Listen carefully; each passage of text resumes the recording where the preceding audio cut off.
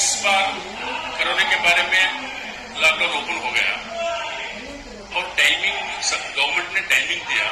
वो टाइमिंग देने से क्या हो रहा, ये लोगों को ये समझ में नहीं आ रहा कि कोरोना चले गए, कोरोना नहीं गया। कोरोना अभी कोरोना आता वैसा ही, कोरोना कैसा आ गया कैसा आ रहा है बोलकर अभी कोई डॉक्टर को मालूम नहीं है, कोई साइंटिस्ट को मालूम नहीं है।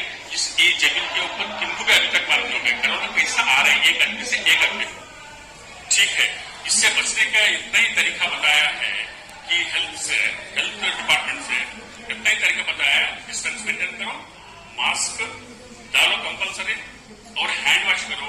ये हाथ क्या है बार बार मुंह को मत लगाओ और बहुत नजदीक से एक आदमी से एक आदमी बहुत नजदीक से रहने का ये चीज दूर करो बोलकर ये बोले सो है। लेकिन ये लोग क्या हुआ, कोरोना चले गए, कोरोना कहाँ है, लेकिन बहुत डेंजर है ये डेंजर क्यों है?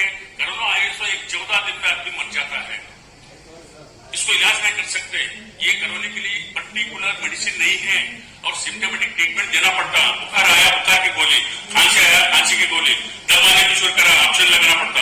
इसमें चाहते क्या होता मालूम है, उनका रोग निरोधक शक्ति नहीं रहता, वो चल जाता, वो अमीर रहने गरीब रहने